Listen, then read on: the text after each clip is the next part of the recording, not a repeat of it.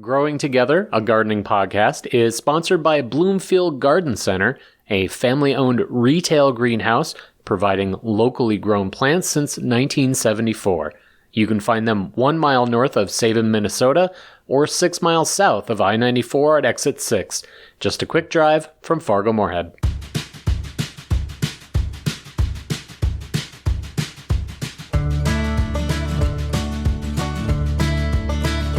Hello, everyone, and welcome to Growing Together, a gardening podcast with me, John Lamb, and Don Kinsler, a lifelong gardener and the North Dakota State University Extension horticulturist for Cass County. Don, how you doing? I'm doing great this week. Thank you, John. Well, before we get too far, we want to let people know that that this podcast is sponsored by Bloomfield Garden Center, a family-owned retail greenhouse providing locally grown plants since 1974. And you can find them 1 mile north of Sabin, Minnesota, or 6 miles south off the I-94 exit 6. Just a quick drive from Fargo-Moorhead. So, Don, we've got a very special guest here in the studio. This will be another fun show for us. We have John Wheeler, WDAY meteorologist, and you've been here since 1985? That's right. That's right. So you've experienced lots of summers. 38 years. Lots of winters. Droughts and floods. And gardening. Lots of gardening. Yeah, Northern Plains gardening. Oh, really? Well. But are you a member of the Northern Plains Garden Society? No, I didn't. Okay. It's Northern Plains gardening is a beast unto itself, as we all know. Is well, we always like to start with a joke. And John, did you hear about the weather forecast? It's been really hot up here. Did you hear what it's going to be in Texas? I have not heard this. Well, it's going to be chilly today and hot tamale. So we set the tone with trying to have a kind of a dad joke there. That is a dad joke. That is. My mother-in-law used that joke a lot, but but there is a twist. Her name was Molly. Oh, okay. So it may be something to you, but it's hot tamale. That's very sharp. I like that. That's pretty quick. You're actually from the South, aren't you? I was born in Louisiana. Don't remember that. My dad was a grad student at LSU when I was born. I did grow up in Alabama, though, and I definitely remember that. I remember my parents' gardens. My mother is from Texas. My father is from Tennessee. I spent a lot of summers in Texas, and then we moved to the Midwest when I was just a burgeoning teenager. I was 11 years old and moved to Wisconsin. So since then, I've been a Midwestern person. I consider myself a Midwesterner, but when I take the language tests with word choices, I come up Southern. So I still have some of that in me, I guess. What are they? Is Southern? What is it? Pop or soda? It's Coke. Coke. Okay. Yeah. Would you like really? a Coke? Coke I don't say that anymore. Not just applied to Coke. I would say soda. But to yeah, but I grew up saying, do you want a Coke? And then you have to ask what kind. So when did you get into gardening? Well, first of all, let me precede that answer by saying that, you're the one who's called me a gardener. I do love gardening. I don't consider myself that good at it. But so I probably came with home ownership. I think the interest was there. When Emily and I, my wife, were first married in Fargo, we didn't really do much gardening, but we had a yard and needed to fill it with things. And one year I grew tomatoes, which was interesting because I didn't like tomatoes. And I found out that what a fresh tomato does for one's taste buds, and I became hooked on fresh tomatoes. And ever since then, I've been growing vegetables and flowers.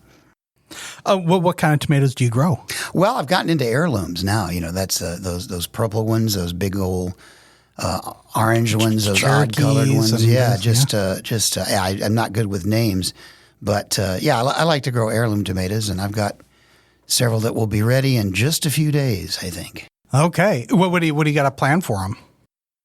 Well, I eating them first of all. But I mean, do some people just salsas? Yeah, some people do sauces. I will make a lot of. Some people have slicers. I will make a lot of tomato sauce, and I call it a chili sauce. It's a hot pepper tomato sauce that I mix with seasoned meat to make burritos out of all winter. So I'll make. that chili sauce or red sauce Okay. and spaghetti sauce. So to go along with those tomatoes, do you also do any of the peppers, any special type pepper? I grow hot peppers. There's so many different types of peppers. Yeah. It's sometimes hard to know which to grow. Yeah, and if I had a big garden place, I would probably grow more. I just grow jalapenos and cayennes. And this year I grew a bell pepper. Now, years ago I had tried to grow bell peppers, but the slugs ate the peppers. And this year I planted them in a raised bed, and success. That works out better? Yes. How about tomatoes? Do you put tomatoes in? We were just talking to a coworker here, and he was putting them in containers. And in our place, we have tomatoes in containers. Are you tomatoes in containers or raised bed or in the ground? They're in the ground. Okay. I've got a good spot. The story of the garden in my yard is a bit convoluted, but You've got time, John. my gardening experience in recent years has really changed by the demise of 2 huge elm trees. Because now you live in one of the older parts I live in of Old Fargo, and I had a giant elm tree on the south edge of my yard, and my neighbor had another giant elm tree that was essentially on the fence. But both of these had my yard very, very, very shaded. So I wasn't growing tomatoes at all. And in fact, the back half of my yard was completely turned to mulch. Could not even grow grass because of the shade. I've lived in this house since 1992, and the trees grew quite a bit, over time. That's a long time. So they had gotten thick. So when were they taken down? How many years ago? 2 years ago. 2 years. And is that right?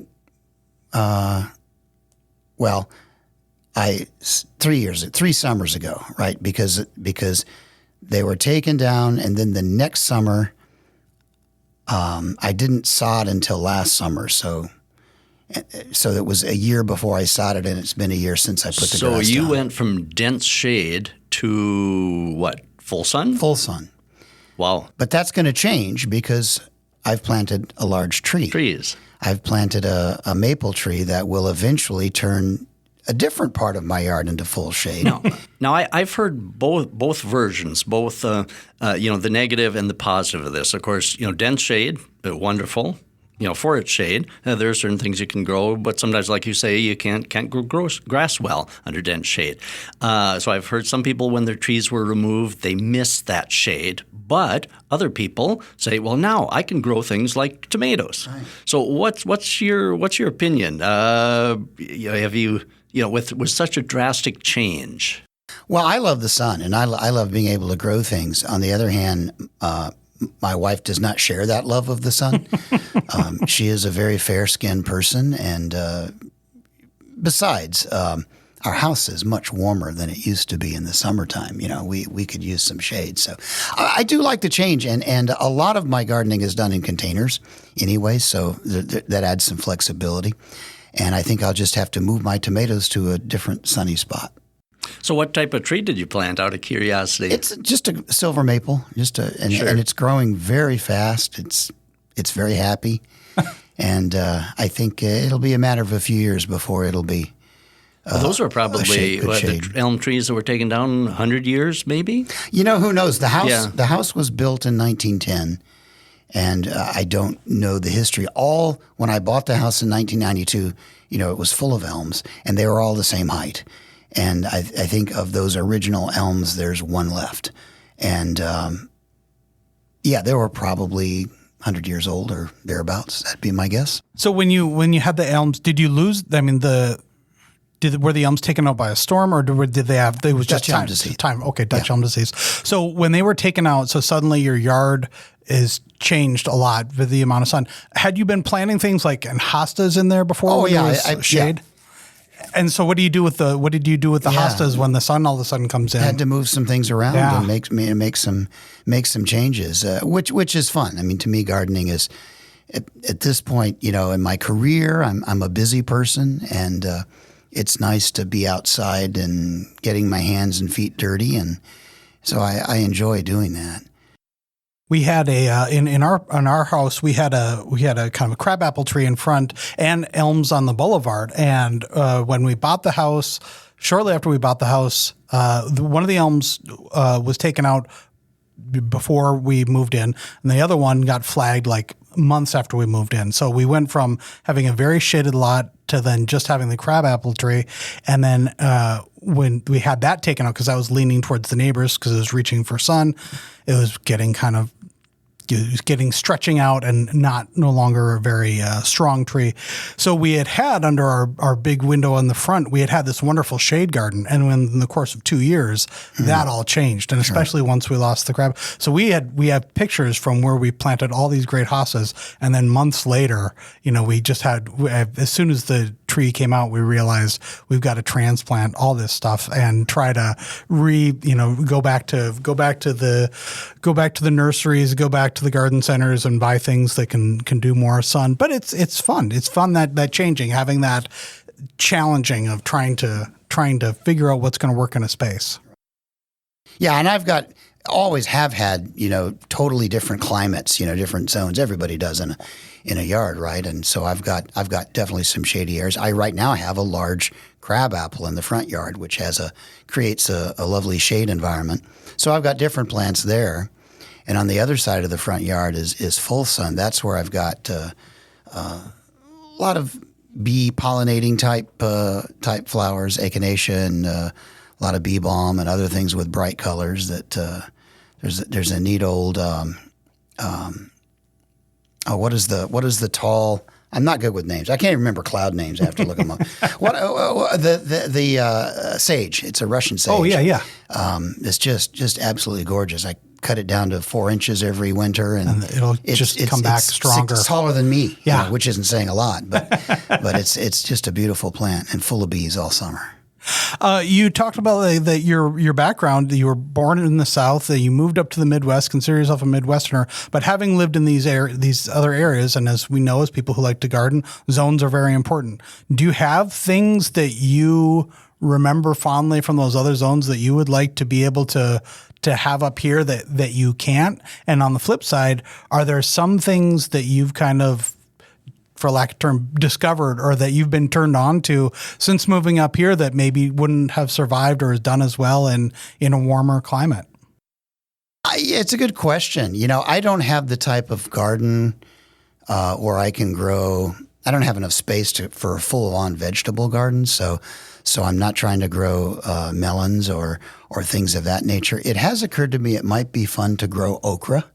And I might like to try that. That takes a pretty long season, but I think you can grow okra in this climate. Yeah, there are gardeners who have had success with okra. Yeah, I would need a sunny spot, of course, but I may try that someday. I do love okra, but frankly, frozen and packaged okra tastes pretty good, so I don't know that it has to be fresh.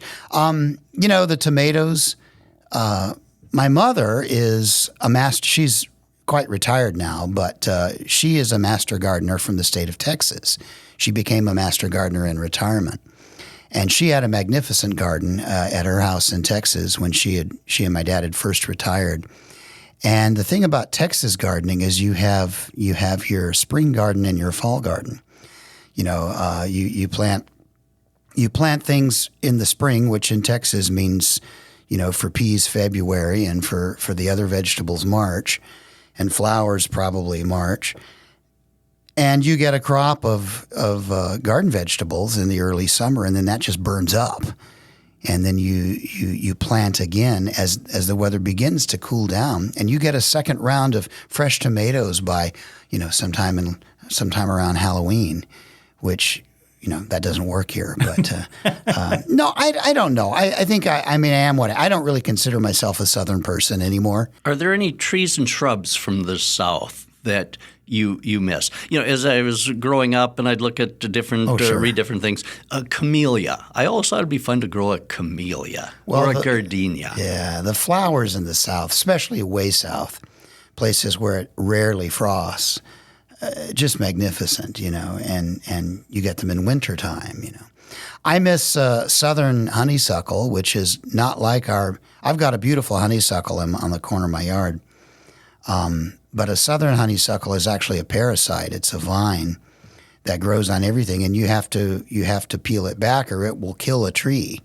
But it's got these long stems that as kids we would pull out, and there would be a drop of nectar, of honey, that would taste very sweet, but it would be a liquid drop, not just the hint of it. So we would eat all this honeysuckle honey all the time. I miss mistletoe. Oh, yeah. In Alabama, which was full of oak trees where we lived. Live oak, not the live oaks, that was a little further south, but water oaks and swamp oaks and just big old oak trees that would hang on to their leaves in the fall long and long. The fall is a long season in the South. And so these oak trees, eventually windstorms and heavy rains would start knocking down some of the leaves off these oak trees by about Christmas time and would reveal these little clusters of honeysuckle that were also a parasite that would have been hidden in the tree. And from there, you get the little strings of honeysuckle that you use at the holiday time for decoration, mischievous purposes like trying to kiss somebody or something like that. I miss that.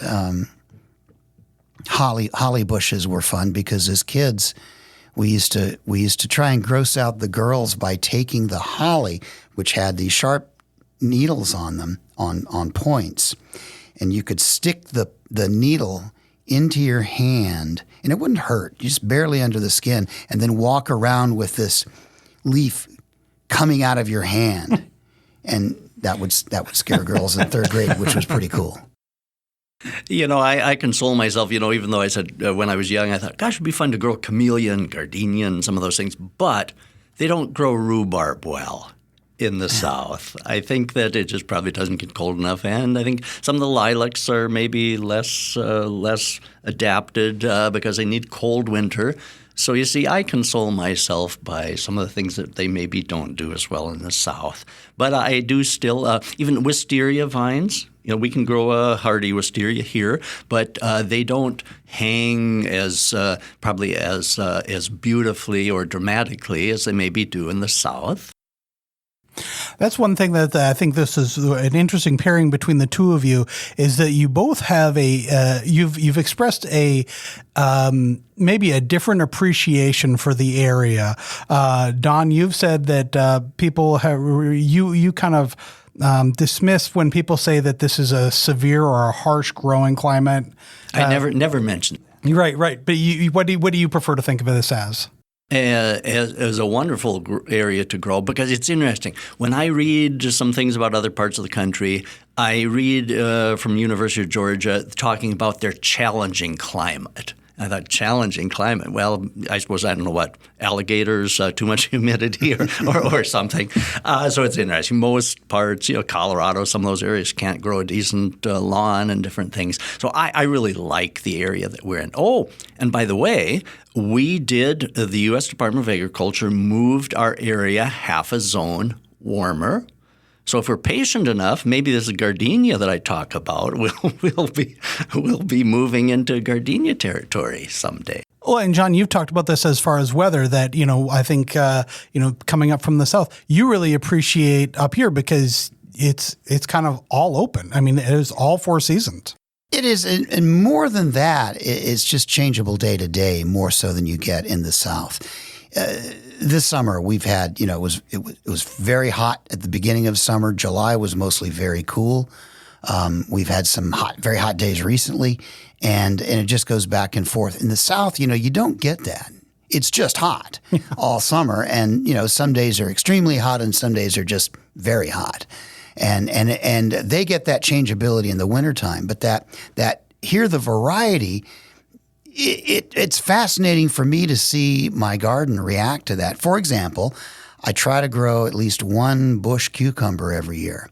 Well, when we get a spell of hot weather, it just produces like crazy, and I get fruit, and I'm making big bowls of cucumber salad, and then we'll have a couple of weeks where it's in the 70s, and I don't get any cucumbers.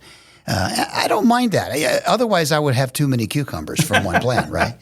Well, and that's why it's fun to have this discussion with you as a weatherman and a gardener, because probably one of the single most influencing factor on our gardening is oftentimes the weather. The rainfall, the temperature, the seasons, and everything else. So it's fun to have this discussion. Well, I've lived in other places of the country, as we've mentioned. I've traveled around.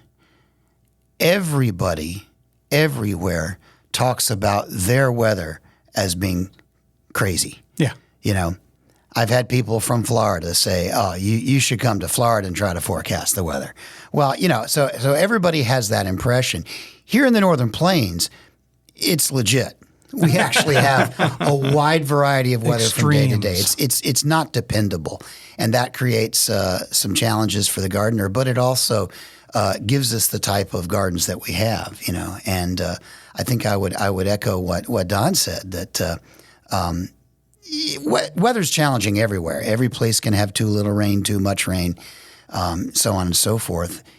But here, the continuous change becomes what we do and what our gardens do. And so we plant to that, and we get some great gardens. All right. We're going to take a quick little break. When we come back, more talk with John Wheeler.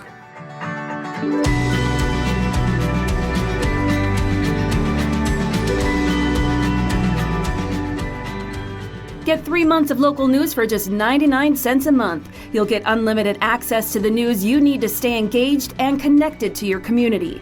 Visit inforum.com/subscribe now to get 3 months of local news for only 99 cents a month.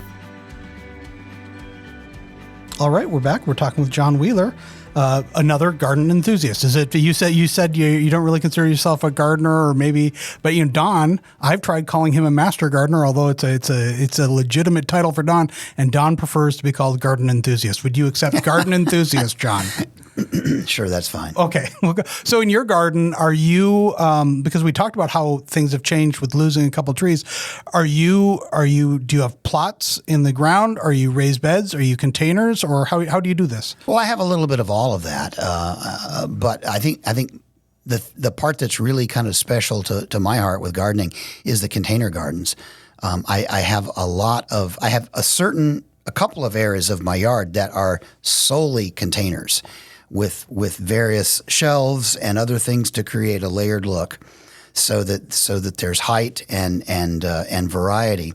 And then I also will place containers into just other parts of my yard that have a lot of flowers. Like I mentioned before, there's a spot in my front yard that's kind of a pollinator garden. I'll put pots in there and fill it full of zinnias or something, and that makes just a nice little burst of color in amongst the echinacea, you know, or something. And but I really love my pots. Well, and the other thing with that, I mean, this adding, being able to be more malleable, being able to add things and subtract things, you know, kind of move them around. But also, like what you talked about too, you can add height really easily with containers by putting them either up on a pedestal or just getting a tall enough pot or doing things differently. It's a good way to add some height into a space that maybe while you're waiting for other plants to establish. Yeah, I've got one spot in my yard. It's kind of a passageway where there's a 6-foot tall wooden fence that I share with a neighbor, and a wooden gate. And then this is up against the house, and it's a fairly narrow swath, maybe 8-10 feet wide, and by 12 or 16 feet, something like that. And it's relatively shady. It does get some sun. Parts of it are quite shady. So this is where I got most of my pots. And it really started out a few years ago when I started getting involved with coleus. I remember coleus from the South. And to me, it's a plant that offers so much color and variety, and it's really one of my favorites. There are huge ones and tiny ones. And so this started out as being sort of my coleus area. And I grew these in pots, little and big, bought some huge plants, some little ones, layered them on a shelf. Then I started putting some impatiens in there. And when the elm trees were cut down, a portion of this has become quite sunny. So now I've changed to some sun-loving coleus for some of it. But by the time we get to Labor Day, this space is a jungle. Yeah.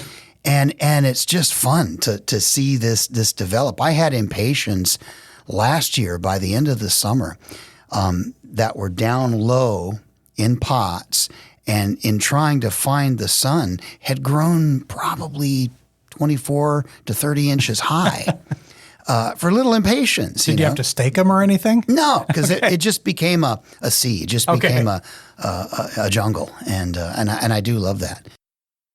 Container gardening has become one of the most popular, and because of the flexibility, like you've said, there's so many ways you can kind of adjust them. And I like the way that you, in amongst other landscapes, that you put pops of color with the containers, which allows. And it's interesting, all the coleus, the new coleus. And that's one thing I love about container gardening is there are so many good container varieties now that there didn't used to be. And so you have the coleus. Now I'm curious, when they start sending up the little flower spike, do you pinch yours off or do you leave them? I pinch them off. Yeah, because it seems they hold up maybe better. I want my plants to grow leafy and tall, so I pinch those off until it gets to be Labor Day, and then I just let it go. There are some varieties that look decent with that spike, but I think, like you, I think, too, it keeps the coleus leaves looking crisper, fresher. I got a question for you with your container gardening, which is a question I oftentimes get. Do you reuse the potting mix that's in those containers, or do you start with fresh each year? I am inherently a lazy person, so I certainly don't start fresh every year. I do mix in a little new potting soil. That's what we do, my wife and I as well. I also learned a few years ago. Now, my mother, as I mentioned, got her master gardener diploma shortly after she retired from the state of Texas. She has trouble believing this, but I stopped putting rocks in the bottoms of my pots. Am I okay with not using rocks? Yes, because that was debunked. The idea that that improves drainage. That has been debunked. Putting rocks in the bottom of pots doesn't improve drainage. It can actually impede. But that does bring up the situation. Some containers are very deep, very tall. And so do you need to put that whole volume in potting mix? But outdoors, you can consume some of that lower space in a great big tall container by putting, milk jugs or something. But basically, the rocks don't improve drainage, which is nice. You don't have to go to the back alley and look for some rocks. Have to find rocks. Someone was saying, I had heard that with bigger containers, taller containers too, that you can kind of stuff in twigs, twigs or branches down below that'll give some volume. And then when you put the dirt on top, some of it will seep through, but it allows drainage. It really allows for a lot of space for drainage. Sure, because I suppose a container plant only maybe needs 18 inches, 24 inches of soil probably. And if you have a 3-foot deep planter, you can consume a little bit of that space with another object. I suppose the only thing there is that if that structure of branches somehow gives way under, if it decomposes, well. The whole container might sink in. I'm glad you said coleus, though, because that's something that I've always, when my mom had her place, she faced north, so she didn't have a lot of sun there, but coleus were something that could give a little color, and they're also pretty durable, and I don't want to say they're hard to kill. You can kill them, but they're pretty durable, and you get these great pops of color, and there's so many, like you said, so many different varieties. Some of them will grow 2 feet tall. Some of them, I like these chocolate drop coleus, which can become kind of trailers. People will use them as trailers, like on hanging baskets or on different kind of containers. So I think that you can have a lot of fun with coleus. Have you tried the Kong varieties with the great big leaves? Yes. Those are awesome, aren't they? They are really awesome. And I've got this spot that the coleus are just very happy there. And, they're a little bit of a succulent, so they don't need a whole lot of attention.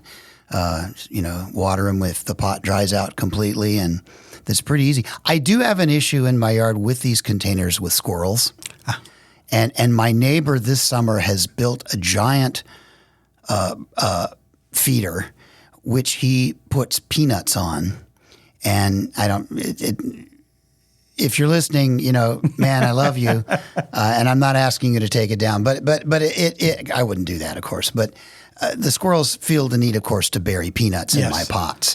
And so I have had that issue this year where I've had some begonias and a few coleus that I've been replanting since May. Now, here's a question I get, and I'm hoping you have the answer. How do we keep squirrels out of our planters?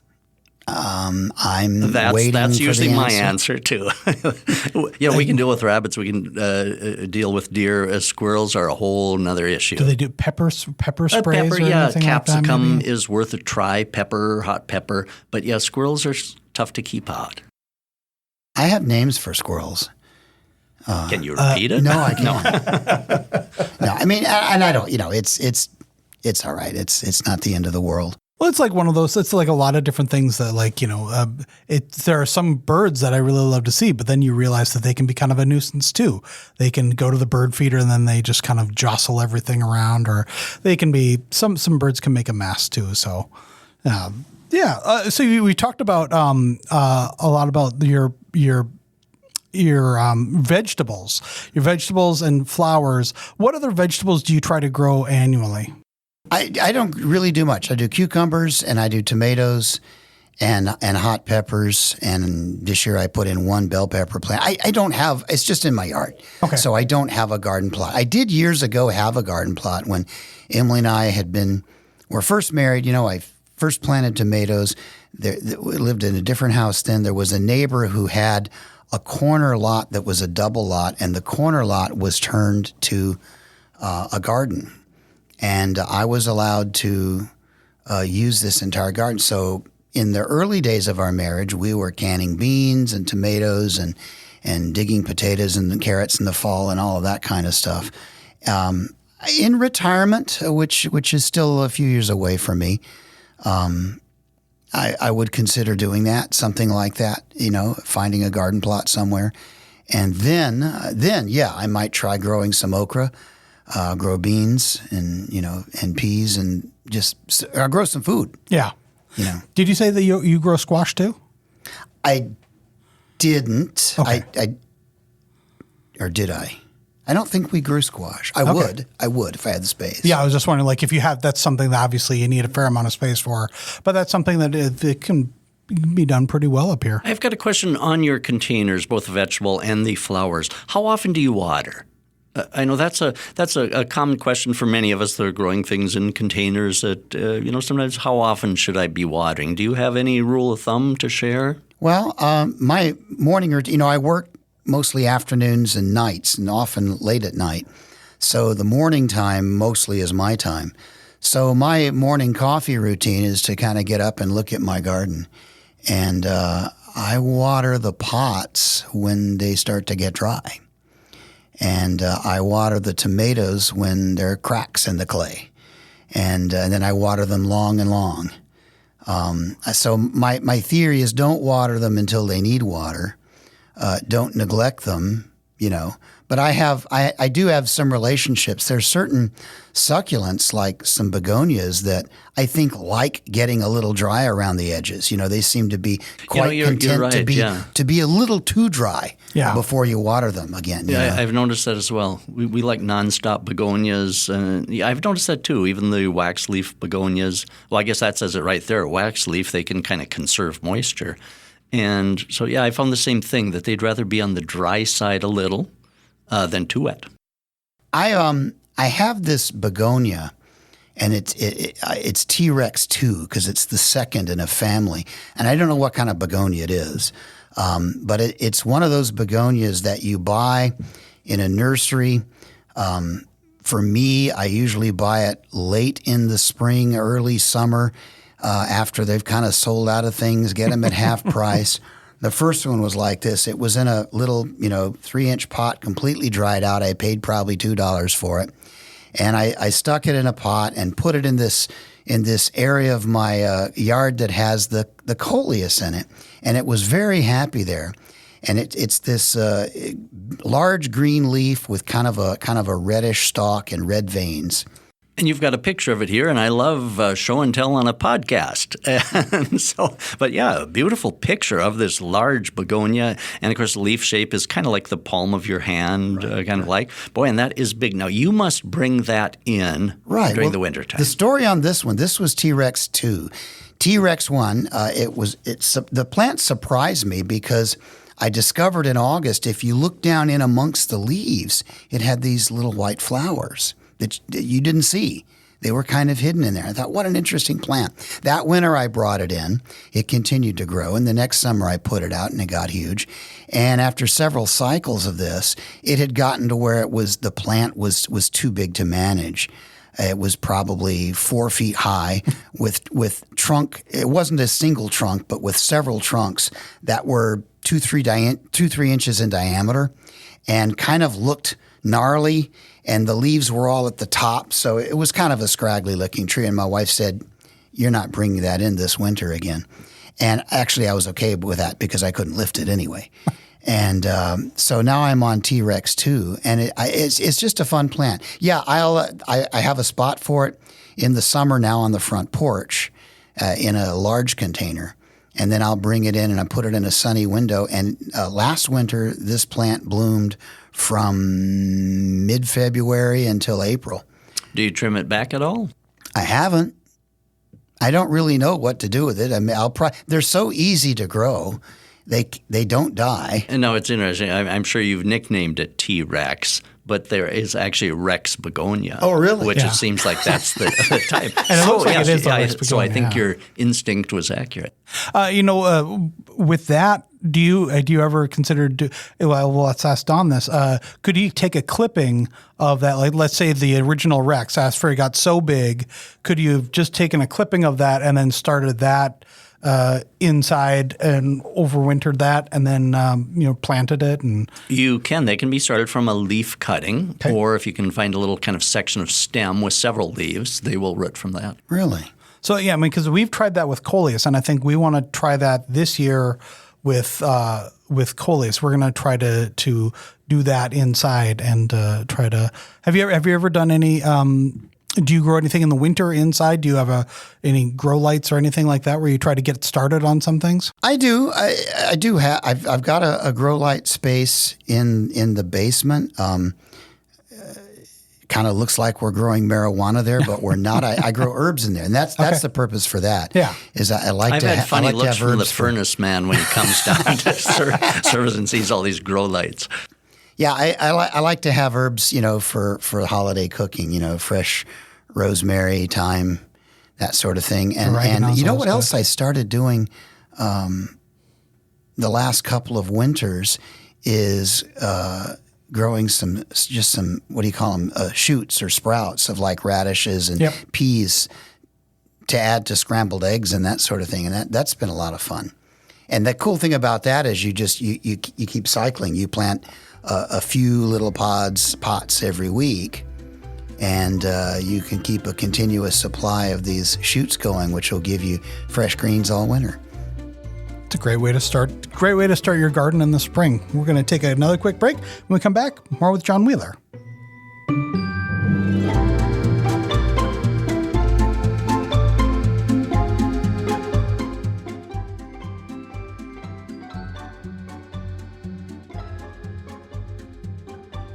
When you can't make it to City Hall or school board meetings, local journalists from Inforum.com will be there to report the facts and get your questions answered. Local news works for you. Stay up to date at Inforum.com. Okay, we're back. We're talking with John Wheeler. John, you said that you've got a particular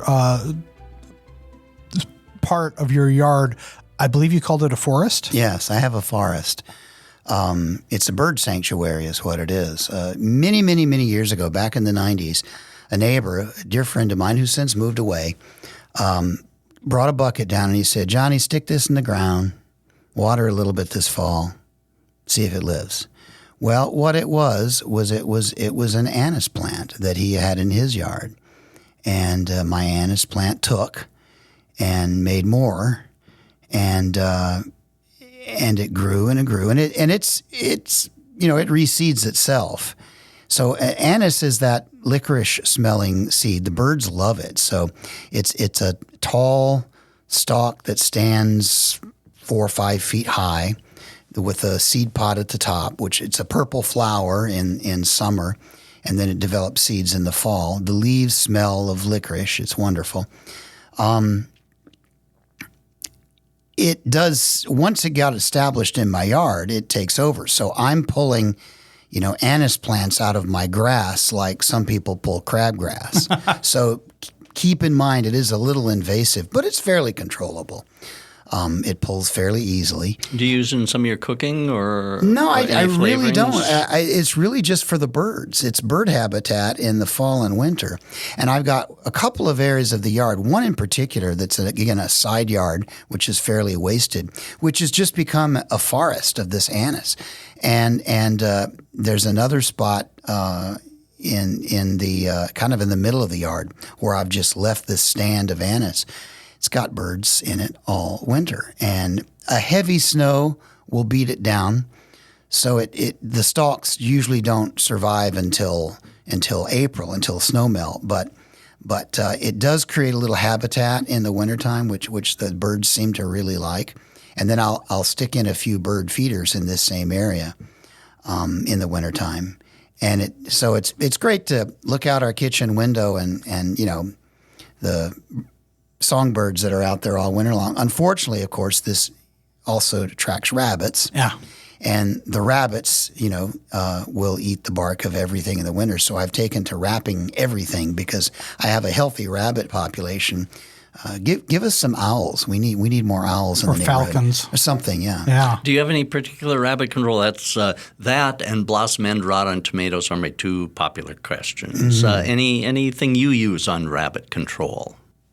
No, I have a dog. I've always had a dog. My dog is fat and slow and not of much use. But no, you can try to fence them out, but, rabbits dig, it turns out. They can get around. They do live in the ground. So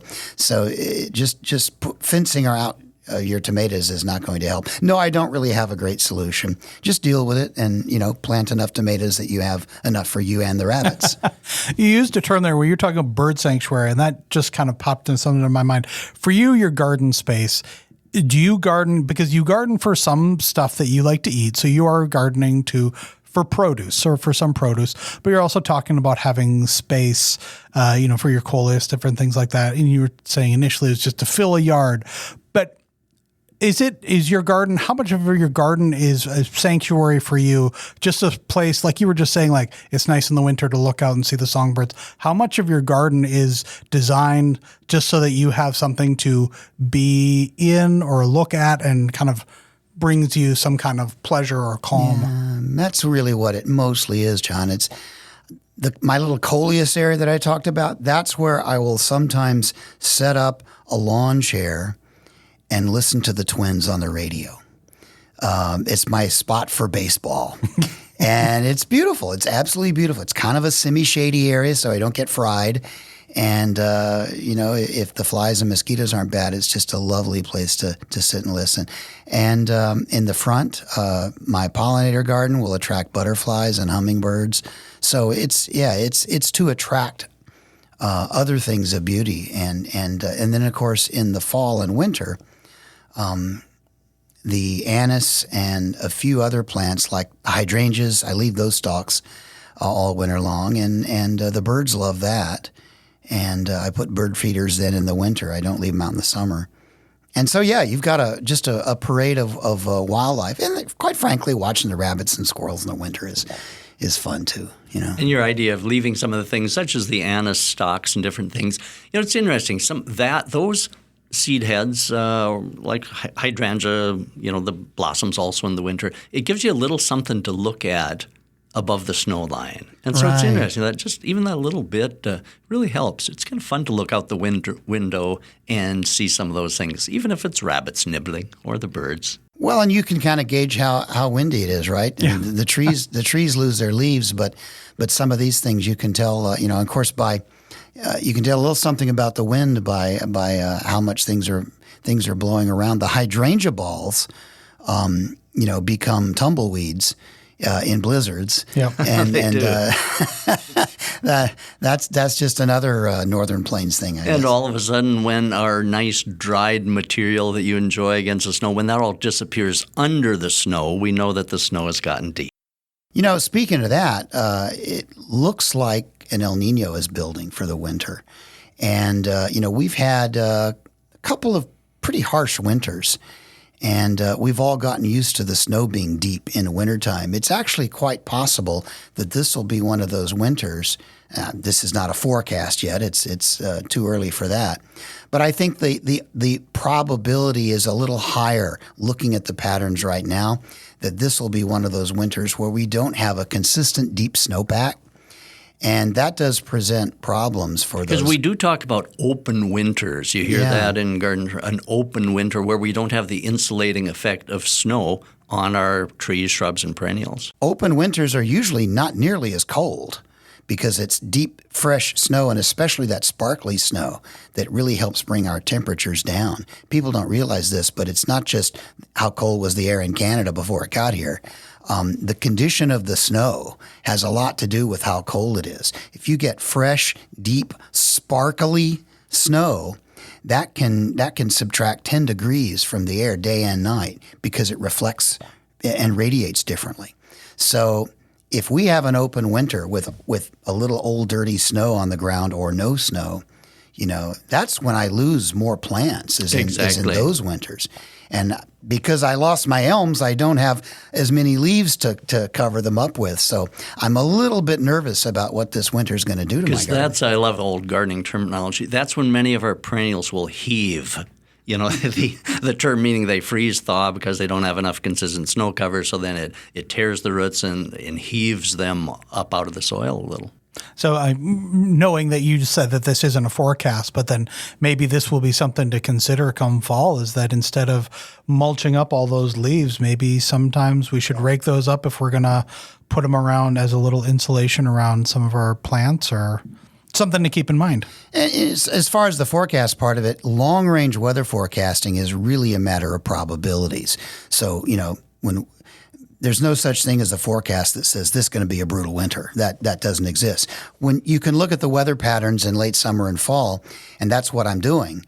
And I'm saying the odds are higher that this will be one of those winters where we don't get much snow. One huge storm could come along and change everything, but the odds are higher that we won't get that. So my inclination is, as I go into fall, is I'm going to try and save every scrap of mulch that I can out of whatever leaves I can get out of my silver maple and whatever else I've got. Because the nice thing about considering that probability, at least, is that in the middle of January, if we don't have snow, that's not the time when we can look for leaves and et cetera to mulch things. So yeah, even considering that probability gives us a chance in the fall to do some things. Do grass clippings make good mulch, or is that too dense? Leaves are better. Grass clippings are better than nothing, but they do tend to compact and mold underneath. So leaves would be the preferred. So straw is good. Yes, wood chips. Straw would wood be. chips. Wood chips will work too. Yeah, might be a good time to go and pick up some straw. Sometimes people that have their beds mulched with wood chips will pull up a little bit of that mulch up around plants, perennials, and then in the spring rake it back down. That's a good idea. John, obviously anybody who's interested in gardening has to pay attention to the weather. You are at the center of both of these. Obviously, weather is your profession, and to a degree, I think it's probably safe to say an interest and maybe a passion. Gardening is an interest for you. Is there what's that relationship like for you, or is it? Just talk a little bit about this. I mean, are you? Not to say that you have any insider knowledge, but are you this time of year right now? So we're at the end of July. It's been very, very hot. What are you thinking going forward? What's your next steps and things like that? And just talk a little bit about, the weather and gardening and your thoughts about those. Well, I think that's an interesting question. I think mostly with my sense in gardening is that sort of just my that's my relaxation. That's my zen. I like nothing better than to sit out there and weed and barefoot, and just sit out there and get a little sun and get a little wind in my face and pull weeds. And I thoroughly enjoy that. So I think that when it comes to weather, I'm more reacting like other gardeners are. I mean, because frankly, forecast is a forecast. I don't really know how much rain my garden's going to get. I will pay attention to the weather, and when there is a hot weather coming, I will try to get things pre-watered so they sort of have a little bit of resistance. Some plants don't like to get dry, so So I'll make sure they've got a good watering before a heat wave, like this recent one. But mostly it's just reacting and then getting outside in the different kinds of weather and enjoying the garden. You talked about the weeding is actually relaxing for you. A lot of times when we have guests on, we'll ask them, weeding is blank, and you would say relaxing? Yeah, Emily says it's my zen. Okay. Now I have one plant. It's everybody around this area is familiar with the ground cover snow on the mountain. Yep. Well, I've got, and it came with the house, sort of a variation of that where it's mutated into just this dark green leaf. And I think that's probably pretty common around Fargo. It's probably something that could be killed with Roundup, but I try to avoid chemicals in my garden, not because I'm a super conservative gardener when it comes to chemicals. Organic. I just, I enjoy weeding. So why get my hands dirty with chemicals when I can get them dirty with dirt, right? So I spend a lot of time pulling back this renegade snow on the mountain because it's fairly useless and it grows by rhizomes. So I spent a week in June in a front bed digging it up because I was changing some plants and digging it up and pulling out all those little rhizome pieces. And so, there haven't been any snow on the mountain plants in that area yet. I'm sure they'll come back. But it's for all of my garden places, it's a matter of about 3 or 4 times a year. I just have to get down on my hands and knees and pick out all that stuff. And I don't mind that at all. It's a lot of work. I'll fill several bags full of these things, which go to recycling, go to the landfill. But I don't mind that at all. It's unless the mosquitoes are really bad. And the older I get, they don't bother me as much as they used to anyways. Can weeds go into the landfill, or did you say landfill or recycling? Well, I just mean I take them to the dumpsters, and then it eventually goes to wherever they go. If I misspoke, I didn't mean landfill. I meant the. Oh no, yeah, I give them to the city, and they do with them what they will. Yeah, and the composting would probably kill those roots, I'm sure, in their composting process. So that means that if I use city compost, I'm probably not going to have those popping up in my yard. And they're not evil. They're just exactly. They can be in the right spot. And snow on the mountain is a filler. I mean, it'll if you've got a space that you don't want to deal with, like a side of the house that you never have to go to, let it go. And as long as it's not, as long as your neighbor's fine with it too. Do you have a favorite garden utensil, a garden tool? My mom gave me this knife, and I don't know what it's called. It could be a weapon. It's a knife. It's about 8 inches long with a good wooden handle, and it's serrated on both sides and slightly curved. So it's a digging tool. You can cut roots in the fall when I'm pulling plants out of pots, that are really stubborn. You can use this to saw and pull the plants out. And I use it in the spring when I want to dig just something small. It's probably got a name. I don't know what it is. But it's a great I think there knife. are several names for those types of things, and that's on my wish list. Yeah, and, garden supply catalogs have several versions of that. They're great. That's on my wish list because you see, right now I'm just using an old butcher knife and an old table knife, and what you're using is much better. Yeah, it's a good tool. You've talked about your wife, Emily, and your garden together. Emily, for those people who don't know, is a great artist. Lot of color, very vibrant. How much inspiration does she take from your yard and the garden? And does she do landscapes or still lifes of things from the garden? Does she bring the garden into the studio and turn it into art? Yes, she has, and she likes to plant a few pots as well. So she'll have a few that she'll do, usually in the front yard. And she's very good at designing pots, probably way better than I am at designing layered, and her colored selections are, way more interesting and delightful than mine are. She has painted things from the garden. I've seen some of those paintings of flowers that she's done. They're amazing. She's great. So what kind of in closing, what are your plans for the yard? What do you want to do in 5 years in gardening, and what do you want to do maybe in 10 years? Undefined. I'm still a few years away from retirement, but that's coming. That's on my mind. I am in my early 60s now, and when I have a little more time, I would like to do more gardening. I would like to have enough space to grow some things that take space, which I can't do in my yard. Like you mentioned, squash, and like to try and grow some melons maybe, and that sort of thing. I'd like to grow a row or two of beans and have plenty of that kind of stuff. I've thought for years it would be fun to have a water feature. Yes, that's on my wish list also. Maybe That'd be over fun, this wouldn't part it? of the yard where I've got this anise forest, there's probably room there for some kind of Are you water thinking feature. like a pond, fountain, waterfall? Fountain, pond. Yeah. I don't think I would go so far as putting fish in it. I do have a neighbor who has koi, and every November they die. Yeah. In this climate, in the South, you can keep them going. You can keep them going all winter, and you get really big carp. But my mother tells stories in Texas of they had a koi pond. It's just out in the country in East Texas, and sometimes you get a little winter down there. This pond would freeze over, and she has memories of her cats going out on the ice and trying to get at the brightly colored fish that were as big as they are, under the ice, and trying to paw at them. No, I don't think I would do anything like that. But something just with a little sound, something a little bubbly, a little waterfall somewhere would be kind of nice if it weren't too expensive.